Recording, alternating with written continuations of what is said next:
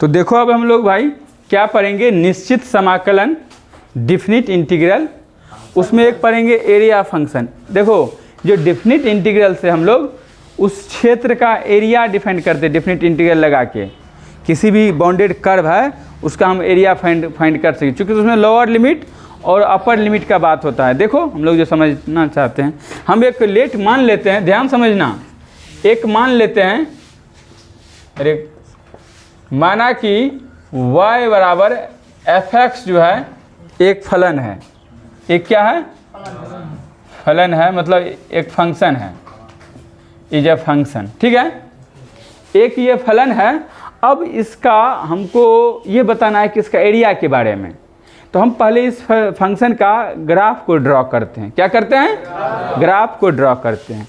कैसे करोगे भाई, मान लेते हैं कि इसका जो ग्राफ है वो इस तरह से है, अभी तो नहीं दिया एक्स स्क्वायर या कुछ भी, जो उस वो ग्राफ को ड्रॉ करेंगे, अभी तो हम एफ एक्स लिए, कोई भी ग्राफ आ सकता है, कोई भी ग्राफ आ सकता है। तो यहाँ पर हम एक मान लिए कि ये जो एक्स एक्सिस है ये ओरिजिन है, ये वाई एक्सिस है, और उसमें एक कर्व है वाई बराबर एफ एक्स।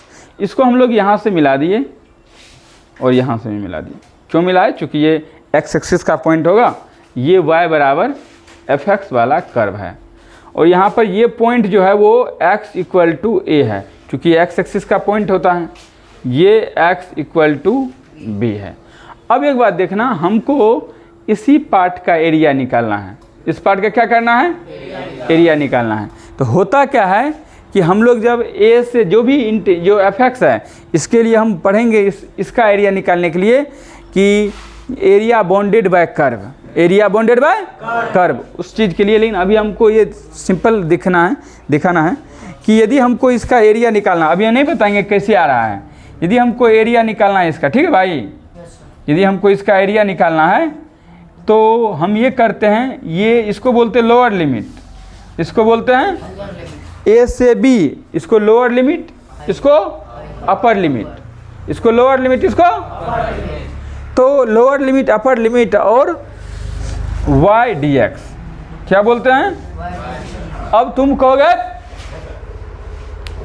कहोगे कि सर ये y dx कहाँ से आया, अभी हम नहीं बताएंगे, हम बताएंगे कब, जब हम एरिया बाउंडेड बाय कर्व बताने लगेंगे।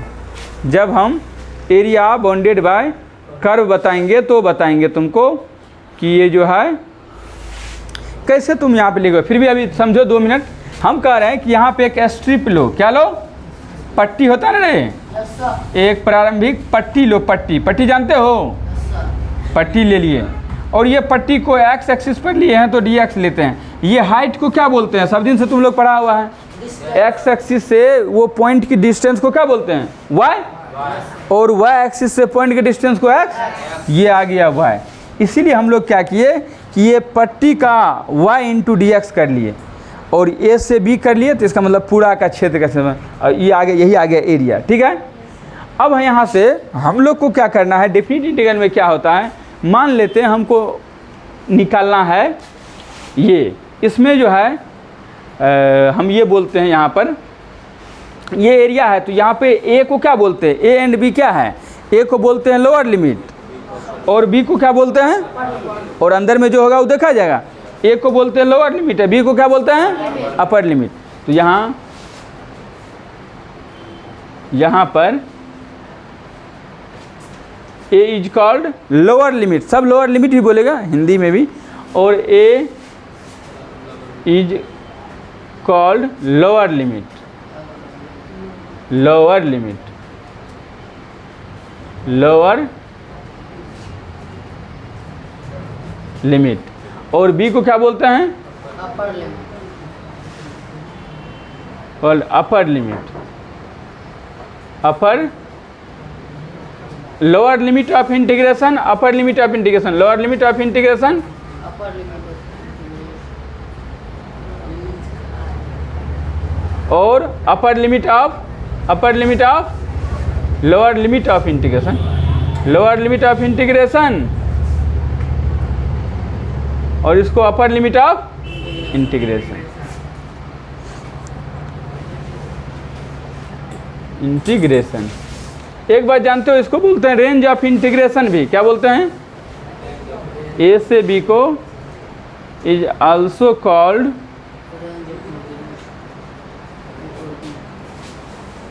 Range of integration. Range of. अब एक बात है कि ये तो आ गया लोअर लिमिट अपर लिमिट। यदि हम इसको इंटीग्रेट कर देते हैं, क्या कर देते हैं? अभी y का इंटीग्रेशन हम कुछ भी मान लेते हैं। क्या मान लेते हैं? कुछ भी मान लेता है। चूँकि हम x के देखो y मतलब y का हम कुछ भी मान लेते हैं, तो कुछ भी मान लेते हैं तो कुछ तो होगा। y का हम लोग मान लेते हैं क्या? y को मान लेते हैं fx। तो ध्यान समझो, इसका इंटीग्रेट कर रहे हैं, अब हम एरिया निकाल रहे हैं। तो यहाँ पर इसका यदि इंटीग्रेशन करेंगे, एक बार लिख दो, a से b, इसको लिख देते हैं fx dx। लिख सकते हैं कि नहीं? और मान लेते हैं fx का जो इंटीग्रेशन होगा वो कैपिटल F होगा। देखो हम ये कहना चाह रहे हैं, अभी तो हमको नहीं पता है कि fx है क्या। fx का हम मान ले रहे हैं कि कुछ तो इंटीग्रेशन है ना हो, तो कैपिटल fx आ गया। अब देखो यहाँ पे तुम इतना देर से क्या करता था? जब भी इंटीग्रेट करता था तो एगो कांस्टेंट डालता था। यहाँ पर कांस्टेंट नहीं डालेंगे। क्यों नहीं डालेंगे वो बात अभी तुमको बताएंगे। अभी हम लोग ये पहले अपर लिमिट रखेंगे, माइनस करके लोअर लिमिट रखेंगे। पहले क्या करेंगे? अपर लिमिट। अपर लिमिट में क्या है? हाँ b, x की जगह पे b लिखो। b प्लस c और minus f of a plus c, मतलब upper limit minus lower limit. देखो भाई, इसका जो आंसर हो गया f of b minus f of a, और ये भी लिखो एक बार cut plus c minus f of a minus c। तो ये माइनस c प्लस c क्या हो गया? कैंसिल हो गया। यही f of b minus f of a यहाँ लिख देंगे। ठीक है। तो यहीं पर देखो ये एरिया यही ना आ गया, एरिया ऑफ a से b जो fx dx था उसका आ गया ये। अब क्योंकि सर यहाँ हमको उतना मज़ा नहीं आया, हम समझे नहीं। अब बताइए एक बात, यहाँ ध्यान समझो। हम कह रहे हैं इंटीग्रेशन 1 से 2, इसी को बोलते हैं इज कॉल्ड निश्चित समाकलन। जिसमें कांस्टेंट नहीं रहता है उसको क्या बोलेंगे? निश्चित समाकलन। कौन सा समाकलन? और इसका यूनिक वैल्यू देता है। क्या होता है? यूनिक वैल्यू, अद्वितीय मान दे, ये इसका होता है अद्वितीय मान, कुछ ना कुछ अद्वितीय मान होता है। Different integral has a unique value. तो अब यहाँ पे हम ये कह रहे हैं, ध्यान समझो, 1 से 2 dx का इंटीग्रेशन बोलेंगे तो dx का इंटीग्रेशन क्या होता है? x। अब तो कांस्टेंट रखेंगे नहीं, 1 से 2। एक बार अपर लिमिट रखो, माइनस लोअर लिमिट रखो, एक आंसर आ गया। तो हम लोग अभी तो ये पीछे का तुम लोग रिवीजन करना, आगे हम लोग जब और आज़ादे पढ़ेंगे उसके बाद ये होगा। ठीक है।